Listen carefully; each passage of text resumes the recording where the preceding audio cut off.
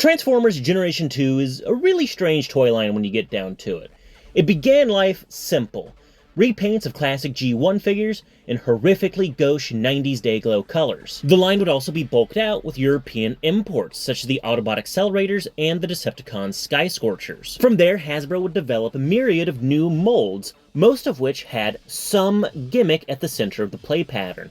For example, there were the color-changing figures, which were also used in European markets. Then there were the laser light figures, such as the laser rods and laser cycles, the latter of which we've already talked about on this channel. And almost all of the Generation 2 toys, both old molds and new molds, had some sort of projectile launcher included with them. Now, older figures like Sideswipe, Optimus Prime, and Jazz did indeed have missile launchers in their original Japanese releases in Generation 1. However, the springs for these releases were completely neutered for the US releases, resulting in very flaccid missile-firing action. Oh, that's a sad missile launcher. But these carryover figures got big, badass, bodacious missile launchers in Generation 2, courtesy of G.I. Joe. Go, Joe! Go! There's other projectiles in Generation 2, like the big bellows-powered foam missile launchers on the hero figures, as well as the little friction flick-fire missiles on the Cyberjets. In my opinion, one of the most simultaneously charming and goofy gimmicks that we see in Generation 2 come from the Rotorforce, with their disc launchers. This is 1994's Decepticon dynamic duo, the Rotorforce Cons, Ransack and Power Dive. These two Decepticon chuckle nuts swoop down like a vast predatory bird on the battlefield, looking for nothing but trouble. Go ahead there, folks! Pick yourself up a couple of dolls! While they're both Decepticon flyers, they bring in some pretty rockin' and unique alt modes. Power Dive turns into a green, black, and purple Apache attack helicopter. Now, Power Dive's not the first Apache in the Decepticon ranks. He's not even the second. The first one's Battle Trap, so that only halfway counts because he's only half a man. The first full man to be an Apache was Spinister, so I guess that kind of makes them kin. And they both have spinning action. As you can see, the disc launcher is mounted on the propeller blades, which, pretty good place for it, but it's also a little unsightly because he has two sets of blades on top of each other. And always twirling, twirling, twirling towards freedom. Less unsightly is Ransack, who's bringing the old school charm by turning into a World War II era Corsair. Obviously, these are not period-accurate colors, purple and green, but he looks really cool, especially with the Decepticon livery. I've mentioned before that it's pretty uncommon for Transformers to have retro alternate modes. Usually it's something contemporaneous to when the toy line was released, so it's really cool to see something from the 40s, technically speaking the late 30s, make its way to the Decepticon Flyboy team. Something else that's kind of worth noting is if you look really closely at the cockpit for Ransack, and even Power Dive, there are little pilots sculpted in, which is super adorable. A little less adorable is Ransack's European distribution.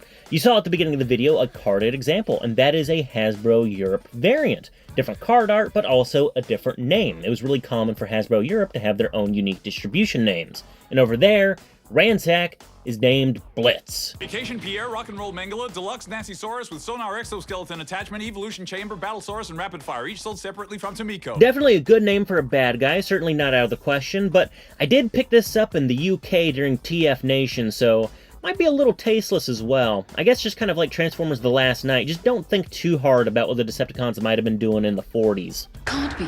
Hitler's dead. Yes, and Hitler never wore hats. Hitler does wear hats!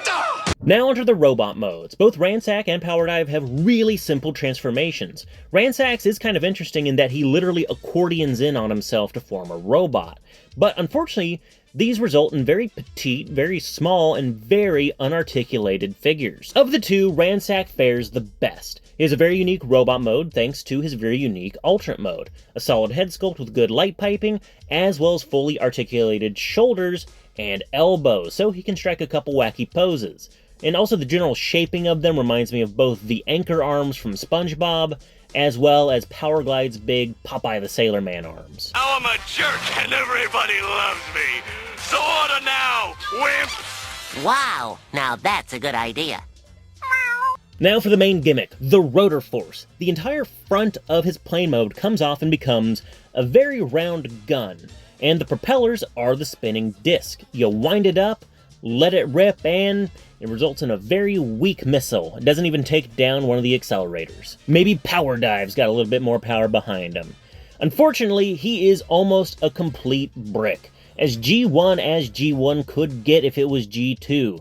His shoulders move up and down, and that's it. He's got a really good head sculpt, and I like how the canopy of the Apache becomes his chest, so he does have a good silhouette, if anything else. While the entire front of Ransack's alt mode became his gun, the entire center section of Power Dive's becomes his. A massive, unwieldy beast with propellers on it. It's kind of cool in the sense that it looks like a giant murder machine there, but it does have a disc to launch, so let's crank it up, and still pretty weak. Unfortunately, despite being fairly unique amongst the freak show of Generation 2, neither Ransack nor Power Dive have gotten any love. In Generation 2, they did appear in the Marvel Comics series. They were new soldiers created by Bludgeon following his exile to Clo in the original Generation 1 series, but they were pretty promptly killed. If you think Skybound is callous with its character deaths, then boy howdy, you ain't ready for Generation 2. By the way, there are certain points in the series that Transformers Generation 2 may be one of the most brutally violent comics ever put to page.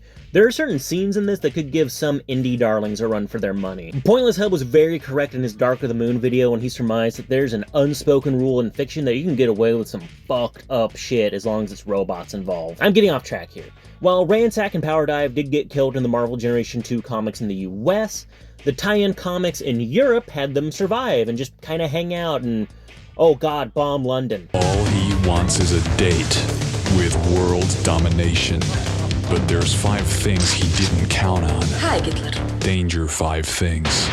Freeze, Hitler! Oh man, we're really not getting away from that Blitz name. What have they done in the modern era? Not much of anything. They showed up in the background of some IDW comics, and the background of the Takara Legends manga, which, that's pretty cool. And Ransack and Power Dive sorta have an update in the modern toy lines. There was the GDO exclusive subline, an imprint of figures distributed exclusively in Asian countries. These were all repaint retools of movie, Generations, and some Transformers Prime figures. These figures are really cool and really unique. They have a very striking mix of aesthetics. Some of them come off better than others, and one of those was an amazing repaint retool of movie Highbrow, a P-38 Lightning, as Power Dive. However, despite the fact that he's called Power Dive, his anachronistic alt mode definitely evokes Ransack.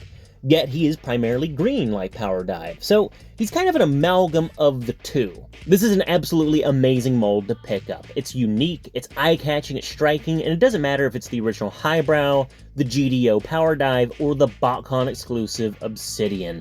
I want that one so bad, I love Obsidian. But the original 2 figures from back in 1994 are fun. They're charming, but they're definitely antiquated and didn't age well.